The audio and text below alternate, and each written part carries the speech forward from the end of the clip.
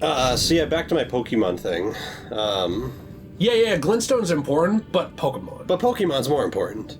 I do want to say really quick before you get to Pokemon, just one last thing. It does seem like there's characters that can interact with the stars that are not... they're not, like, held by human limitations. Yeah. So, like, Ronnie. Mm-hmm. I know she was an Empyrean and stuff, so maybe it's partially that. But it seems like there's types of characters who have different thresholds for what they can and can't interact with magic. And humans are not exactly at the top of that scale. Yeah, go tell me about Pokemon. I know you've been waiting, I'm sorry. Well, no, it's okay. I thought the lore was... It is very interesting. It's very interesting. I don't want to kill your Pokemon discussion. I'm in the heat of the moment. Here's why Gardevoir should be legal. It's like, okay, we get it. Okay, man. Sorry. Go to your Rule 34 now. I'd go for Lucario personally, but alright. Whoa, another illusionary wall. Yeah. So anyways, yeah, with Pokemon Scarlet, I'm actually enjoying the game. I think it's very fun. I think it's a lot better than Pokemon Sword. Mm-hmm. When I played Pokemon Sword, I kind of thought this game was very mediocre. I remember you told me this is the first Pokemon game I feel like is kind of boring. Yeah, it was kind of boring. I mean, parts of it were interesting, but... You didn't even say that about Sun and Moon, to be fair, and you did not like the structure of those. No, and looking back on it, I think my biggest complaint with Sun and Moon was just that it introduced the concept where the gyms are no longer gyms. Mm-hmm. They're like... Jeremy's, or James. Right. Yeah, exactly. They're not gyms anymore. No, they were more like challenges that you have to compete in, rather than like a battle you have to complete. Mm-hmm. So it'd be stuff like, hey, in this gym, to get to the gym leader, you need to run around this track and beat all these other racers. And you're kind of like, this is lame. Right. And now the stupid thing for me is they brought that back into Scarlet and Violet. But they've also mixed in battles within these challenges, but it's still stupid. Anyways. Yeah. So would you have preferred... Is it just a real quick question? It's something I always thought of, especially since Sinnoh. Don't you think it would have been a more interesting way to go if they were going to do something like that, where they still had battles, but like maybe Pokemon contests were how you advance? Yeah, I'm talking about like Sun and Moon. Right. Because that was something that already existed, whereas like they basically just made it like a Boy Scout challenge. Yeah, where it's like, oh, go do an obstacle course. Well, I'll give you an example of this from Scarlet and Violet. There's a gym in there where the lore of the town that the gym is in is they're basically like a big agricultural town, and their main agricultural piece are melons. Mm-hmm. That's like what they're known for. So in order to battle the gym leader, you have to complete this challenge where you have to push a melon around an obstacle course and get it to the finish line. It's kind of lame. Can I also point out, by the way, it's interesting to me that there was a sorcerer hanging out here outside of where this dude's body is locked up. It kind of seems like it's a protector or something. Or trying to get in. Yeah. But here's Lusat. This is what's left of him. So he sits here, alive somehow, preserved. But his body's just here. Right. And his head just looks like a big glintstone. Right. He doesn't really do anything. He can move maybe a tiny bit. And he gives you the Stars of Ruin. And this is just his existence. I feel like Selen should be brought here and be like, stay out of Glintstone, Selen. Yeah, you want to be this? That's kind of what I'm saying. Is I think it's interesting. And she points out, like, oh, well, no matter what, it's worth it. Right. It's like, is it though? Like, again, there are... This reminds me of in H.P. Lovecraft lore, in Cthulhu... The Cthulhu-verse, I don't know what you call it, is there are gods, and one of the beings is essentially this one called Nyarlathotep, and he is known as the Crawling Chaos. He's basically an emissary of Azathoth, who Azathoth is like this main primary god of chaos. Nyarlathotep is one who is also a god of chaos. Oh, I should read this really quick. This is a legendary sorcery devised by Lusat. Fires 12 soothing crystals. The sorcery can be cast while in motion. When Lusat glimpsed the primeval current, he beheld the final moments of a great star cluster, and upon seeing it, he too was broken. So they basically point out that he couldn't, like, his mind couldn't handle it. Yeah. It was just too much, and it basically shattered his mind. It didn't really leave him enlightened, at least according to that lore. Yeah. It left him broken.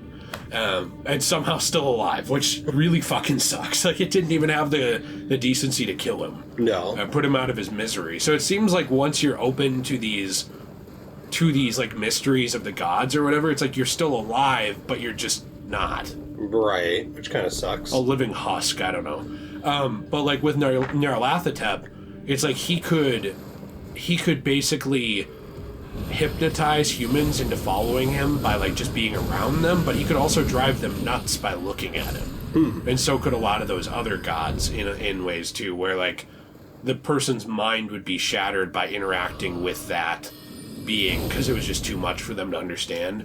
I think this is really inspired by that.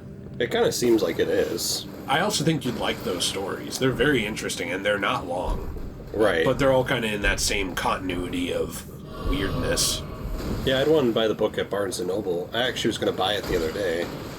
All the covers looked really bad. Well, that sucks. So I was like, oh, all right. Well, I got a few of those I was going to show you. I got a few new ones. Oh, really? Yeah, my mom bought me a couple for Christmas, and then I bought two. Did you see that there are Star Wars ones that are like $50? Yeah, and they're legend stuff. Yeah, which I thought it would be cool to read still. I still like that timeline, but like I'm not going to pay $50. No. It was way too much. Well, and I also saw the Stephen King's ones were like $50. Yeah. Like they had the Stand, I think was like $40, and like the one that the 3-pack was like $50. Jeez. Because I was literally going to buy those the other day because they were buy one get one 50% off. Did the prices go up on some of those? I think so. And I was like, oh, cool. So I had like 4 of them, and then I noticed on the back either they were damaged or the price was like $50. I'm like, okay, well, so you ended up buying none? Yep. That sucks. Yep. Because I was going to buy the Kenobi one and the Boba Fett one. Yeah, I wanted the Kenobi one for sure. Yeah. But then, yeah, it was expensive. I thought it would be cool to have the Kenobi one, the Han Solo one, and the Boba Fett one. Yeah. After that, I'm just like, whatever. Right. But I thought those would be cool. But Personally, I want a Yaddle one. Me too. I'm not paying that for it. Back to Pokemon, sorry. You were talking about how you still like it despite all these issues. I think I like the game a lot. I'm right. I think it's fun. I think you're right here and I'm wrong.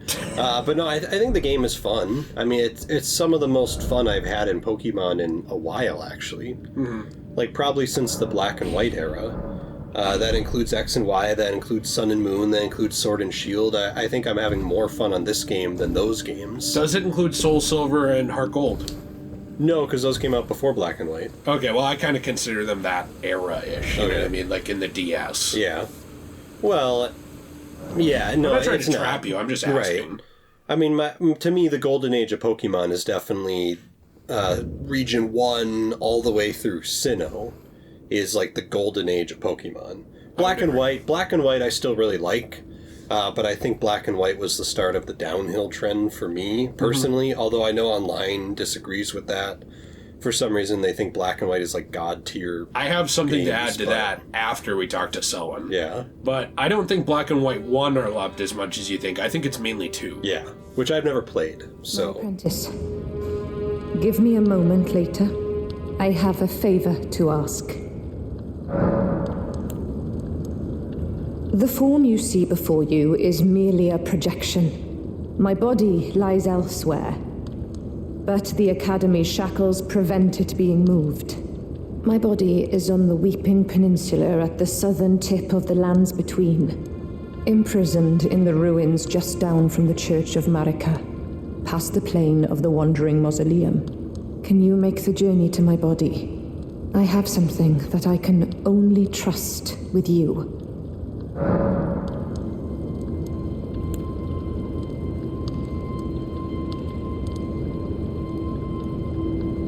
Who could have guessed?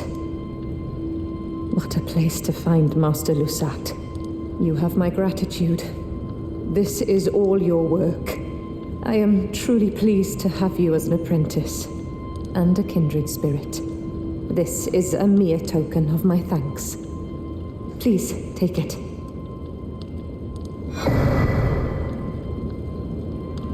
This brings us a full step closer. The bodies of Masters, Azure and Lusat can be admitted to the Academy. If only I could undo these wretched shackles. My body is on the Weeping Peninsula at the southern tip of the lands between. Imprisoned in the... Can you make the journey? I have something that I can only trust with you. So yeah, I think for me, the Golden Age of Pokemon was the first 4 regions. Black and White, I still really liked. But especially with like the Pokemon design, I think that's where it started to go downhill for me. X and Y I thought were fun. Sun and Moon era I thought were fun. Sword and Shield, to me, was kind of the first one where I've played where I was kind of bored. But anyway, Scarlet and Violet I think are fun games. You think they brought back what made it fun, at least? Yeah, I mean, at least to me. Now, the Pokemon design of them, I have a lot of complaints with a lot of those designs and frustrations. Like, for example, I don't know why they did this, but for some reason there seems to be a significantly more amount of Pokemon that are only single evolution Pokemon. Oh. Like ones that just don't evolve at all. And to me it's like the most frustrating thing ever, because one of my favorite Pokemon in the game, which is a really lazy name choice and a really lazy design, but I love it. The name is Flamigo. It's literally just a flamingo. Okay. There is zero anything special. It's just a flamingo. And you like him? I actually like him. I personally love flamingos. I think he's kind of funny. Okay. No evolution. Deep reasoning on there. I think he's kind of funny. He is kind of funny. But then again, you know what? I'm happy to like him. So. I mean, he's on my team. Right. I like him. I love flamingos. So therefore I like having him on my team. Oh, here we also got to Sellen's body. But anyways, there's no evolution for him, and I find it so frustrating because I'm like, why? Like, what is the purpose of this? I don't know. My apprentice, thank you for coming. These shackles take a toll on us all. There is something I need you to look after. My primal glintstone. A star has fallen, and my fortunes waver. Someone may come for my life, and so I entrust it with you, myself.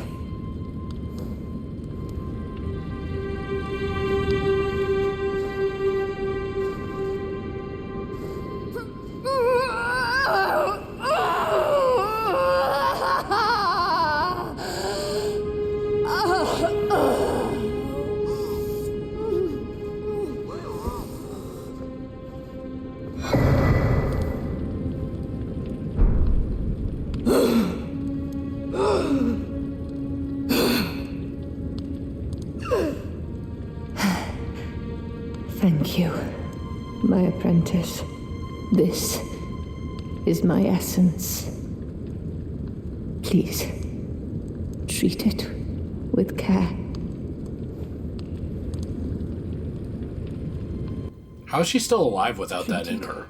With care? I don't know. Because I thought that was her essence. What you hold Her very being. is I don't know. my very being. I don't really understand some of this. Maybe I'm not supposed to. I think it's just supposed to be interesting stuff that we don't know everything about it, but we want to learn about it. That makes sense. So, to wrap up my Scarlet and Violet thing... You can say more on it. Well, What else do you like I about kind of exhausted my points. I really like the game. Do you like the map? I do like the map. The world? Yeah, I think the world's fun and interesting. What do you think about the starters? The starters, I don't like the grass starter. However, that's not surprising because I've never really gotten into the grass starters personally. None of them? I like Trico. What about Turtwig? Turtwig I did like. I also liked the monkey from Sword and Shield. I thought he was kind of funny. Oh, okay. He turned into like this big giant ape that played a drum that I really liked. I like Chikorita, but I always thought that Chikorita turned into Pokemon that aren't good. Right. You know, and Bulbasaur's fine. I have nothing against him. Right. I think he's cool. You never liked Trico, did you? Yeah, I just said I like Trico. Oh, okay. Well, Trico from Gen 3, right? Yeah. Okay, got it. Yeah, but like the grass starters have always been my least favorite. So I'm not really into the grass starter, the cat. I'm shocked. I got I don't know how to pronounce it, Fue Coco or Fu Coco, whatever it is, like the alligator starter, the fire starter. I got him because I actually think he's really cool. He turns into this awesome alligator. The water starter, I like the first evolution and the second evolution. The third evolution is fine. I'm just not into it. So it's not like I hate it. So anyways, the starters I think are fine. I guess overall I like them more than the sword and shield starters. I just don't... I think the fire starter's cool, and that's probably where it ends. I think the other ones are fine. So... I think they really gotta settle down on their release schedule, though. Yeah, and I mean, there's no problem why you can't wait 3 to 5 years in between games. No, there is. Money. Okay, true. We want money now. I mean, here's the thing. You could release whatever the next game is in 2026, 4 years from now, right now when we're recording. You could release it in 2026, and in the meantime, release other games like Pokemon Arceus. Or maybe release a Pokemon Coliseum game, or something like that. But if you're gonna do that, you gotta have more people on board. Like, so Game Freak worked on Arceus too. Yeah. So you can't do it that way though. If you're just gonna have it be, this is the development team for Pokemon. Right. So when we make Pokemon Arceus, it's them as well. When we make this, it's them as well. It's like, well, if you're gonna do that, you gotta have more people working on more stuff. Like, Right. as much as Call of Duty still drops the ball because they still release broken, so they're not a good example of like how to release. Right. A good example that they do is that it's not Treyarch doing every title. It's like Treyarch or Infinity Ward or Sledgehammer, whatever. It's somebody They have under they have 3 different teams. yeah, under the umbrella of Activision. Right. And I guess Raven is like a big part of it too. They don't get mentioned that much, but they are. So you need that. I think a big problem with these games is that I was watching a video about the development of them, of, Arceus and of, Scarlet and Violet. And a big problem is that you had a lot of crossover of, like, still trying to get both games out, which made the second one have more of a, I would argue, more of a rushed schedule to come out. Yeah. And for me, I think that those glitches too, like, my criticisms aside, like, maybe my criticisms are not in the majority of, like, can't transfer Pokemon and stuff like that. That's fine. And I guess, sorry to touch on that point, I get that point. However, for me, the first time playing through games has always, like, that's never really been a problem for me. Because when I play a new game, I like to play as the new Pokemon. I do it the first time, but then I like to transfer them when I'm at the end. Yeah, every other time after that, it's nice to get your Pokemon up. And knowing that I never can, or even like after I beat the Elite Four, I just can't bring any of my Pokemon in. Yeah. It's kind of frustrating. It just kind of makes me care less. Because it feels like the Pokemon I train now won't matter in the next gen. Right. So that's why it makes me care less. It's not even just about the ones I had before. It's about the fact that, so this is the new precedent. No national dex or whatever. Right, yeah, I mean, it kind of seems like you spend all this time training your Pokemon, the next game comes out, and then they're just stuck on that game. Well, I think it plays into what we said about how people view gaming as disposable. Yeah. You know how we talked about that? Like, that's why I don't like that people are willing to just be like, oh, well, you can't transfer them, whatever. Like, you can have that opinion, but to me, that just enables them to do that again and again. That's the new precedent. And I don't like that, everyone's fine with it just because I feel like that gives them an excuse to just not bother. Yeah. But with that, even if I look past that, I tweeted this out the other day. I don't think a lot of people saw it. I don't talk about Pokemon a ton. But it is so sad to me that if I pick up a cartridge of Fire Red, now granted you have the battery problem in the Game Boy Advance cartridges, you can change that. You can buy that battery and switch it out. Right. Or you can have someone do it for you. Yes, I understand there's that one technical flaw with the cartridge. Other than that game as a cartridge is going to be better preserved than a launch cartridge of Violet or Scarlet. Right. Isn't that dumb? Like, it's kind of dumb. It's going to be more reliant on patches, which it already has been, because they needed to fix the fact that it launched kind of broken, which some people haven't encountered as much. You didn't encounter it as much, but thousands of people have. It's not just like Joe Schmo in his basement, the one random guy got a glitch and everyone's running with it. Thousands of players have encountered them. That's not a good thing for a series that was known for mostly being pretty stable. You know, and the glitches that did exist in the past were fun. Stupid things like missing no from the original Pokemon. You know, things like that. Or copying your Pokemon. Yeah. Like exploits.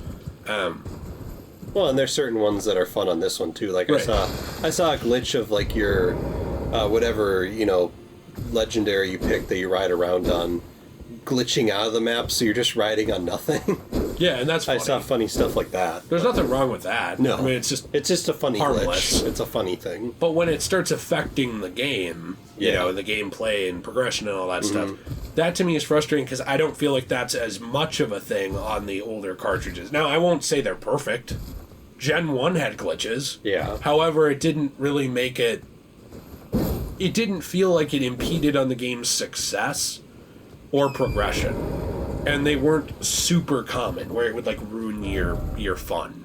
I guess I should say it that way. Because I don't want to act like the Scarlet and Violet glitches are like you play it and all of a sudden, like, an assassin shows up at your house and murders you. Right. It's nothing drastic. It's just enough to be a bother. I think that now that we're getting to the point where even Pokemon, Nintendo games, are going this way, where, like, the launch cartridge is going to be an inferior version of the game years down the line. That makes me sad. Well, and I think it mainly only is with Pokemon now. Yeah. Because most of their, you know, like, Nintendo would never release a broken version of a Legend of Zelda game. Do I know why? Because they funnel millions upon millions of dollars into that franchise. It's one of their main franchises. So you're saying Pokemon's like a disposable, cheap way for them to make money? I think it is. I think it's gotten to that point because, and it's sad because Pokemon is one of their biggest franchises. Pokemon's one of the biggest franchises of all time. Yeah. And yet I've noticed with Nintendo, it seems like they just want to milk Pokemon for everything it's worth. And that's all they care about, because they know fans like me are diehard Pokemon fans, and we're going to get excited for the next game. Saluvis Puppet, do not touch. And it kind of seems like, to me, like they just want to milk the franchise for all it's worth. If they truly, absolutely cared everything about Pokemon like they do with Legend of Zelda or Mario, I think they would hire a lot more Game Freak workers to be like, okay, well, here's some extra support to make the game good. We want to give the fans everything they want. But to me, it doesn't seem like they do that. And that's the sad thing to me about Pokemon is, I would argue Pokemon is just as popular as Legend of Zelda or Mario. It's a huge game franchise. By the way, I remember we got here and we didn't know how to use this Glintstone thing. Yeah, I think we were confused. Might have to bear with us while we stand here and figure it out, because I don't remember what it was. You are right, by the way. Yeah, so, and that's the sad thing to me is, you know, when Breath of the Wild 2 comes out, I can pretty much guarantee you it'll come out next to perfect. In terms of performance and how it operates and amount of glitches and stuff. Worth mentioning that this is seemingly half-alive. Blood vessels are visible within. In essence, a primal glintstone is a sorcerer's soul. If transplanted into a compatible new body after the original body dies, the sorcerer will rise again. My apprentice, do you think it untasteful? So essentially, like, a sorcerer could transfer into a new body. Yeah. Which is interesting. Ronnie can, too. So... Ronnie can transfer into my body. That's true. I'm going to transfer into her burn body. But I want to add something here to tell you, by the way. I found... Oh, nice. By the way, she's kind of hot under there. She's like, I'm going to hot. show a picture of what she actually looks like here, because I found it online. Someone, like, used, like, the files. They removed the mask. Right. And she actually has a modeled face. Right. But anyway, with this, Melina also mentioned a thing in a part that I had to cut down There's an NPC dialogue with Melina where she says, I was trying to see her face here, you can't.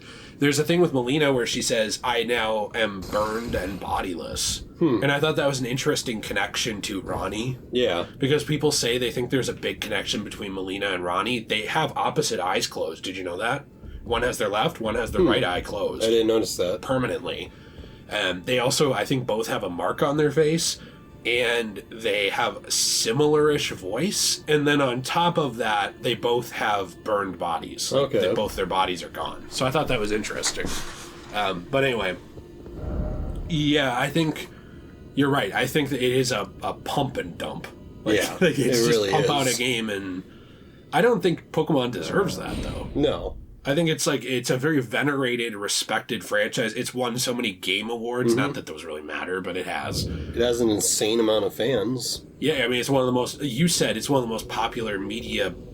You said, like, video game types. I would argue media brands in the world. Pokemon. Right. Yeah, if anime. TV shows, everything. Yeah, anime, movies, animated shorts, all this stuff. It's crazy. Did we fight Radin here? Radon? We already fought him. Oh. I think we do talk to a couple people, though. It was something to do with the quest, and I don't remember what. Speaking of Pokemon, actually, I was going to tell you this story. Okay. This happened to me recently. I just bought... Remember I told you I bought Pokemon Orange Island Adventures, like the complete series? Yeah, season 2, basically, of Pokemon. Yeah. And I had to rebuy it because I had an issue with the first seller, and I want to tell you about it. Oh, great. So, eBay? I bought it on eBay. Okay. I paid for $3.50 in shipping for the media mail shipping. The package came, it delivered, it got delivered, or was supposed to get delivered, but the mailman left a pink, like, piece of paper that... Do we have to listen to this, or...? Yeah, I think we do. The war festival has ended. Brave champion, you have our gratitude. The celebration was spectacular. General Radahn is surely pleased. Festering with rot and crippled by madness, all he wanted was an honorable death. Finally, my work is done. I'm no longer bound to this fortress. I have a task in mind. Old business, you could say. You wouldn't understand. May we meet again, if the fates deign it. Brave champion. It's time I went on my way. May we meet again? So, he left a pink piece of paper in the mailbox. Who, the mailman did? Yeah, the mailman did. And he said, we couldn't deliver your package because no secure location was found. Couldn't he just put it in? Which I kind of thought, like, this is kind of stupid. Just leave it by my door. Right. But at the bottom of the sheet, it said something like, reasons for not delivering, need to pay $24.42 in postage or something. And I was like, what the heck? So I scheduled a redelivery, thinking like, okay, maybe this was just a mistake or whatever. So and the same thing happened. The person came by, they left the same pink note, and same this was information. while you were at work? Yeah. So you couldn't have, like, talked to the mailman? No, so I couldn't. I just came home and found this. Okay. So the next day, I didn't start work till 10, so then I went to the post office at 8:30 when they opened. Yeah. And I talked to the post office person. First of all, it turns out they had my package sitting at the post office, like I got to see it. But they wouldn't let me have it because there was $24 in postage that needed to be paid.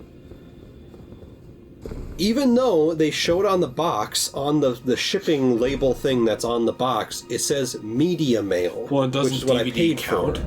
Yes. I thought DVDs yes. count as media mail. But this idiot seller, and I'm just going to say idiot seller, shipped it out in a Priority Express box, which is like $25 in shipping. The Priority Express basically gets it to you in like a day. Mm-hmm. So they decided to put it in, whether they intended to or not, they decided to, oh, by the way, she's like dead. She's still like comatose. We have to, she's comatose. Okay, Skillet. She'll never wake up without an overdose of mail. That's you. Okay. You just said, I don't want to live, I don't want to breathe without Orange Islands next I know, to me. it's like, come on. So, anyways, this idiot seller decided to put it in this Priority Express box. Did this guy not know? I don't know whether they intended to or not. They did. And the post office, instead of reading the shipping label and saw, oh, this is media mail, they decided to send it in like rocket speed mailing to get it to my house in a day because it's in this box. Right. So therefore it has to be Priority Express mail.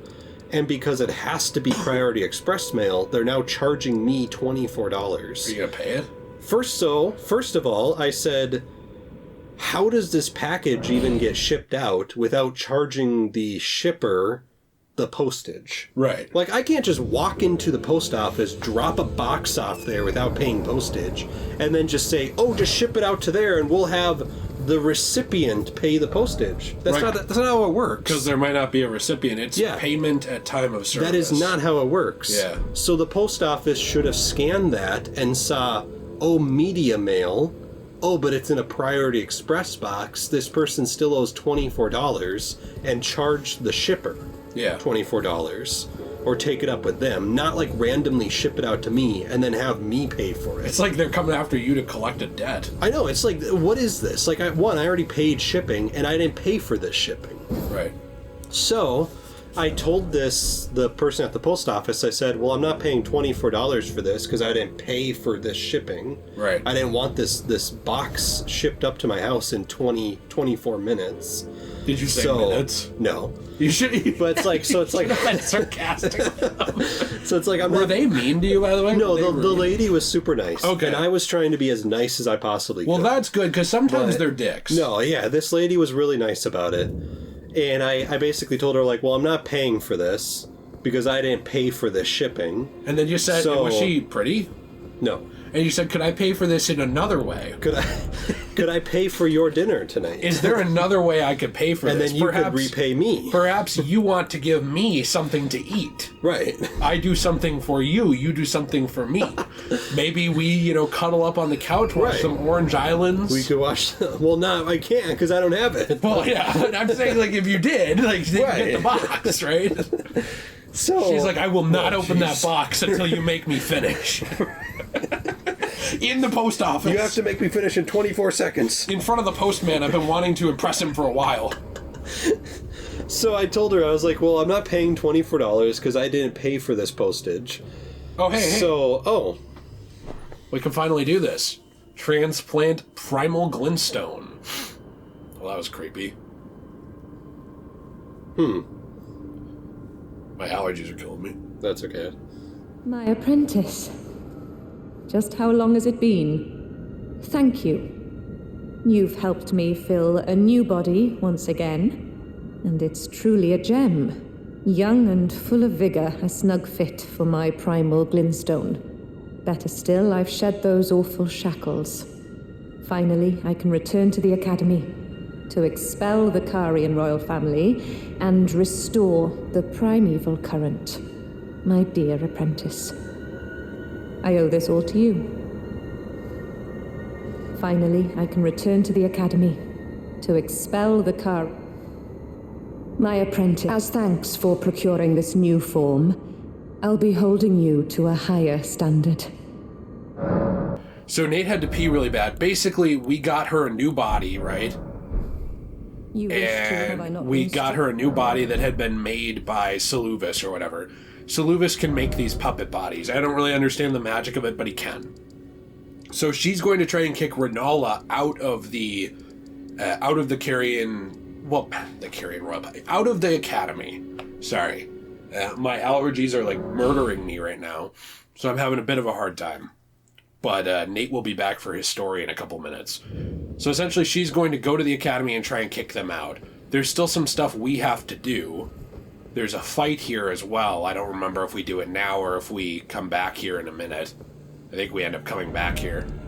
But anyways, that's not going to go super well. We'll talk about that once it happens.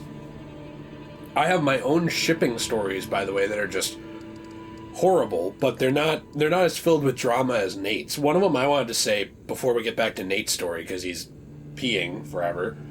is that I ordered a Funko Pop. This was last year, and some idiot sent it in a bubble mailer. Do you remember I told you about that? The Funko Pop someone sent? Yeah. You remember I showed it to you? I don't even remember what Funko Pop it was. Yeah. Somebody sent it in a bubble mailer, and it was like the USPS mailman had like absolute orgies all over it. Like he like crumpled it, like he was like, oh, and like he decided to show off like his butt cheek strength and like squish it in between his cheeks. His lover was like, "Should we move that?" He's like, "No, it's good padding." You know, it's like so. Right. There was a lot going on there. Those are more my kinds of stories. What else happened here? So yeah, so I basically I told her like I'm not paying $24 in this. I didn't pay for the shipping. This is stupid. And the lady was like, "Well, your options." She said we could send it back to them. Yes. And I'm like, "Yeah, send it back to them. They can deal with it because this sounds like a them problem."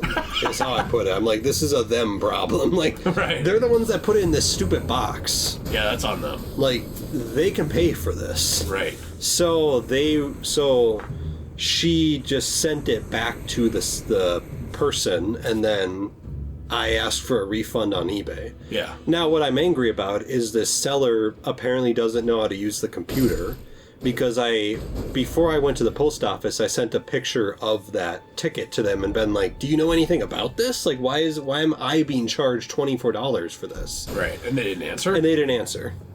When I also bought this, I sent a message with my purchase telling them, "Hey, I'm a movie collector. Can you please send this in good packaging and like a nice box and not a bubble mailer?" Right. They didn't answer So that they didn't either. answer that. So then Are you going to leave bad feedback for them? I am. Wow. I submitted a return request for this person. Yep. And they're not going to answer. So eBay said they will give me 6 days from when we're recording this, and if they don't respond by then eBay's just going to give me my money back. Right. When that happens, Which, by the way, it takes out of their account.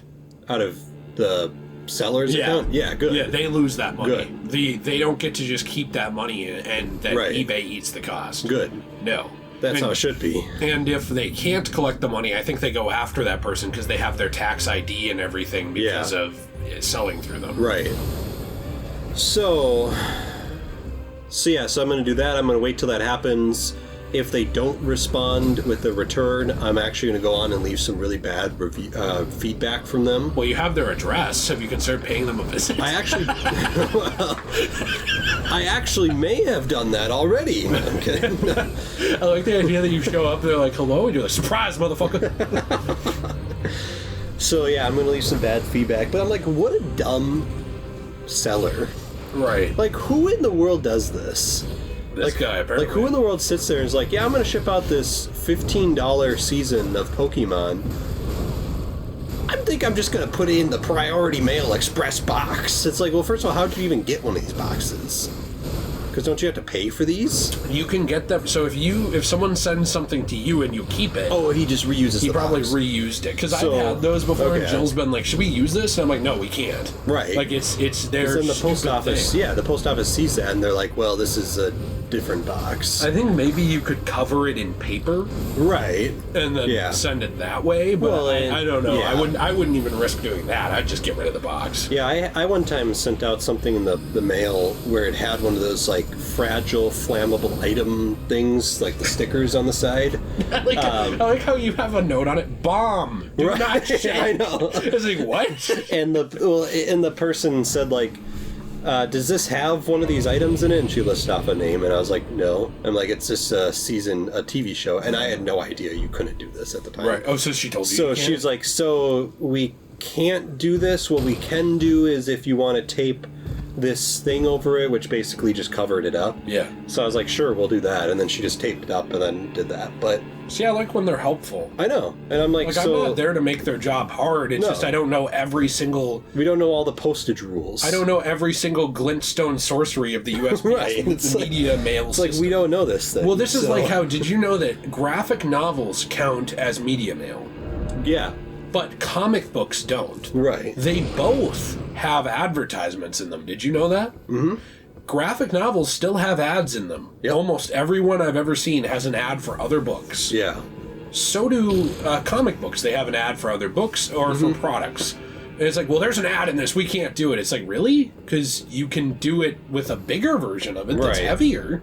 That's medium ale. Mm-hmm. But this thing that weighs the same amount as like 2 quarters held in your hand, that's not medium ale. Like, that's not okay. And what's defined as media? Something from literally 50 years ago. They don't count video games either. They don't count video games as media? No, those are not medium ale. If they open that up, you get charged like $10. What is media? DVDs, Blu-rays, books, CDs, vinyl records. I'm sure there's some other exception. I would count video games as media. I would count video games as media over counting fucking... I would count it over, like, vinyl records, personally. Well, yeah, because that's a massive-ass thing that takes up a ton of room in the truck, and you're getting a huge discount, whereas, like, a video game is literally... I can palm it. I'm palming an Xbox One game in my hand. Yeah. This is taking up no room in the truck. It weighs almost nothing.